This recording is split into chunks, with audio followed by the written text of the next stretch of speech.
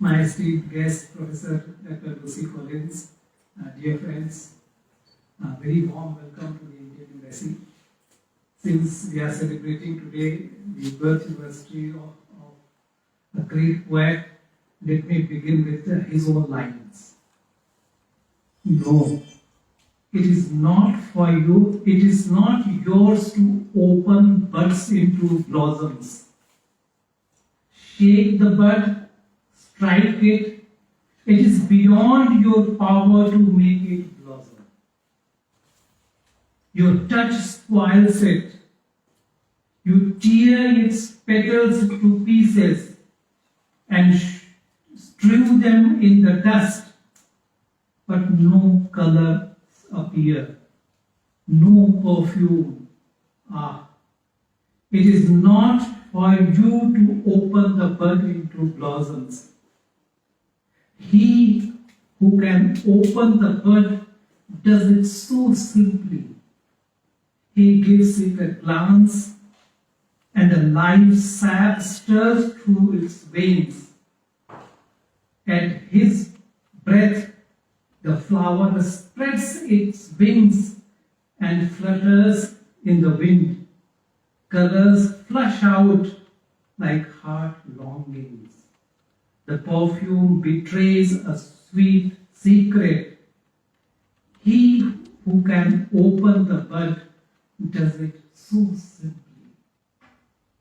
Indeed, friends, it was just a touch of that divine hand that Tagore turned into an incredibly multifaceted genius, a great poet, storyteller, playwright, musician, actor, painter, educationist, thought leader, social and spiritual leader, and performing every single role with great finesse, so naturally, so effortlessly. Besides holding the distinction of the first Asian to win the Nobel Prize in Literature in 1913, also the distinction of being author of the national anthems of two countries, India and Bangladesh, Tagore also stands out as one of the most influential and impactful, most quoted Indian thought leaders, second probably only to Mahatma Gandhi.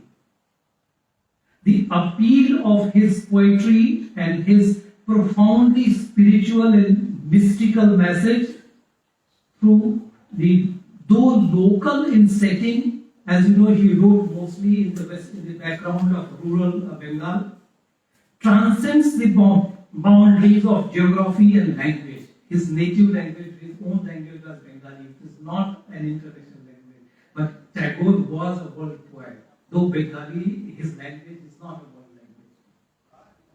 It is indeed, friends, a very special privilege for us to celebrate the birth anniversary of Tagore in Ireland, the land of great legend W.B. Yeats, who wrote the introduction to Gitanjali and actively worked to promote and popularize Tagore's poetic genius in the British and European literary circles, which eventually led to the Nobel Prize being awarded to Tagore in 1913.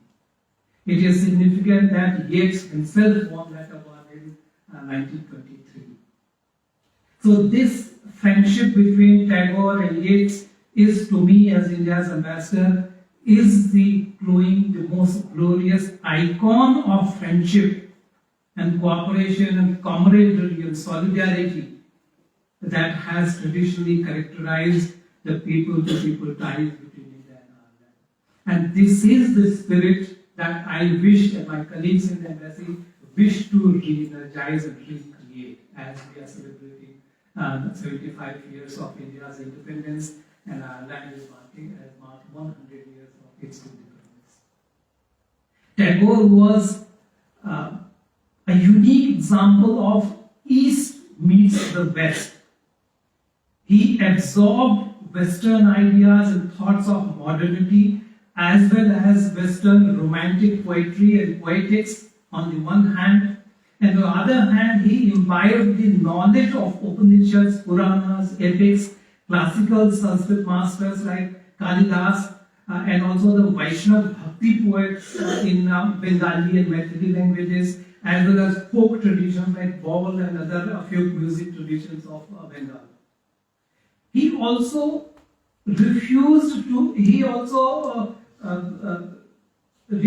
to be confined in his outlook to the parochial, even the national boundaries. He always spoke of universal man, Vishwamanav, and the religion of man, Manav Dharma. He spoke against that cult, narrow cult of nationalism. And in fact, went on to say, to talk about illegitimacy of nationalism in India, as well as in the West. He said, Indian politics, our real problem is not political, it is social. The locus of Indian civilization must be sought in her villages. Villages in ancient India were not merely places where people lived, but also the center of basic values of Indian culture. It almost achieved total self-sufficiency in all basic needs: health, food, education, recreation, and creativity. The village in India could function independently without any help from the state. Tagore did not reject the concept of state authority, but he refused to recognize it as the determining agency of the life of the community. He said, we must win our Swaraj not from foreigners, but from our own inertia, our own indifference. As an educationist, Tagore was against mechanical rote learning, and he stressed on the habit of inculcating the spirit of inquisitiveness and inquiry and discretion and development of deeper holistic understanding. The highest education is that which does not merely give us information, but makes our life in harmony with all existence. Importance of right judgment, discursory power of the human being is paramount. We read the word wrong and say that it deceives us. About his poetry and songs and creativity, I can say that the creativity and songs represented for him a kind of offering of humble prayers, expression of devotion, sadhana, literally offering of garland of flowers. My songs are the same as the spring flowers. They come from you. Yet I bring these to you as my own. You smile and accept them, and you are glad at my joy of pride. If my song flowers are frail and they fade and drop in the dust, I shall never grieve. For absence is not loss in your hand, and the fugitive moments that blossom in the beauty are kept ever fresh in your breath. For him, the language of silence was often louder than the language of words. And silence spoke when words failed. How may I sing to thee and worship? O sun, asked the little flower. By simple silence of thy purity, replied the sun. Let not my thanks to thee rob my silence of its fuller homage. I know not how you sing, I ever listen in silent amazement. The personal relationship between the Supreme Being and Tagore was again a very unique feature of his poetry. I am able to love my God because He gives me the freedom to deny Him. I love, in love, I pay my endless debt to you for what you are. And nature is a very recurring central theme in his poetry. As the creation of his beloved, the Supreme Being, nature evokes a deep sense of empathy and kindred spirit. And his attention, although always focus on the tiniest of the creatures in the nature. The raindrops tossed on the earth and whispered, "We are thy homesick children, mother. Come back to thee from heaven." The infant flower opens its bud and cries, "Dear world, please do not fade."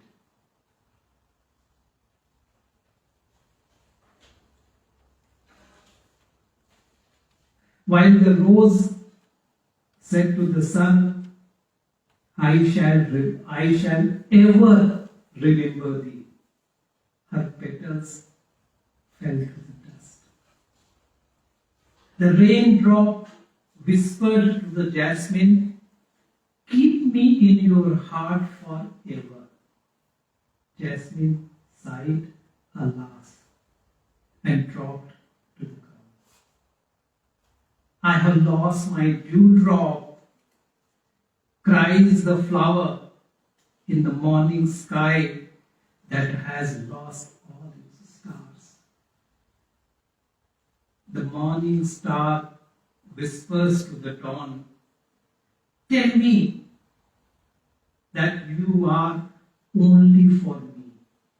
"Yes," she answered, "and also only for that nameless flower." And he saw perfection in the entire creation of the divinity. The centuries follow each other, perfecting a small wild flower.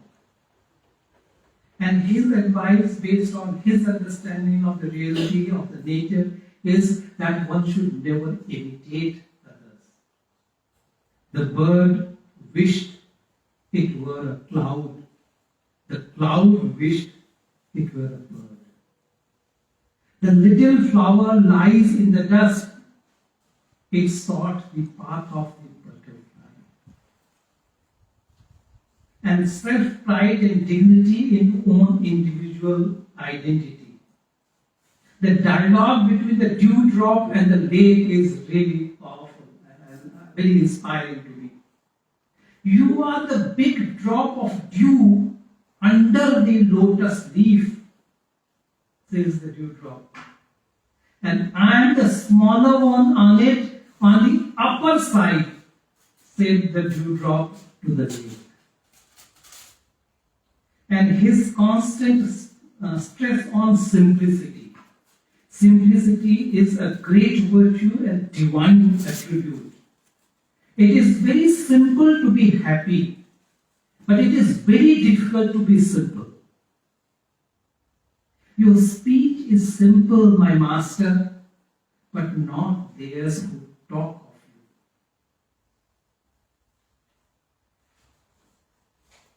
When death comes and whispers to me, "Thy days are ended," let me say to him, "I have lived in love, and not mere in time."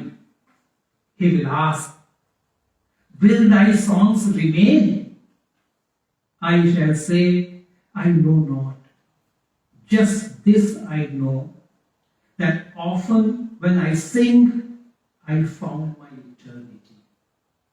Indeed, it is Tagore's poems, songs, and creative messages of deep empathy, kindness, compassion, healing touch, and love in its broadest sense that make him a truly universal icon of timeless, eternal, inspirational value.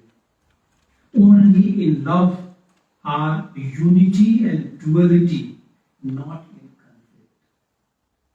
As India is celebrating 75 years of independence, it is extremely important for us to remember Tagore's recurring words of caution against narrow, parochial and segmented approach to any and every aspect of societal and national life, education, entrepreneurship, governance, and finer creative endeavors. Fortunately for India, our Prime Minister Honorable Narendra Modi ji echoes his Tagore's wisdom and Modi ji's motto of Atmanirbhar Bharat and vocal for local and Sabka Saath, Sabka Vikas reflect the essential message of Tagore's life and Tagore's poetry. And also the traditional philosophical ethos of India, Vasudhaiva Kutumbakam and Sarve Bhavantu Sukhina Sarve Santu Niramaya. Friends, having mere noble thoughts is not enough. Purposeful, decisive action is essential for success to be achieved. You cannot cross the sea merely by standing and staring at the river water. Let me light my lamp, says the star, and never debate if it will help to remove the darkness. Friends, let us all do our bit for the society, for the country, for the world, without obsessing about what we will get in return. I think that will be the true tribute to the great legendary universal poet Rabindranath Tagore. Thank you so much for joining, and thank you, Professor.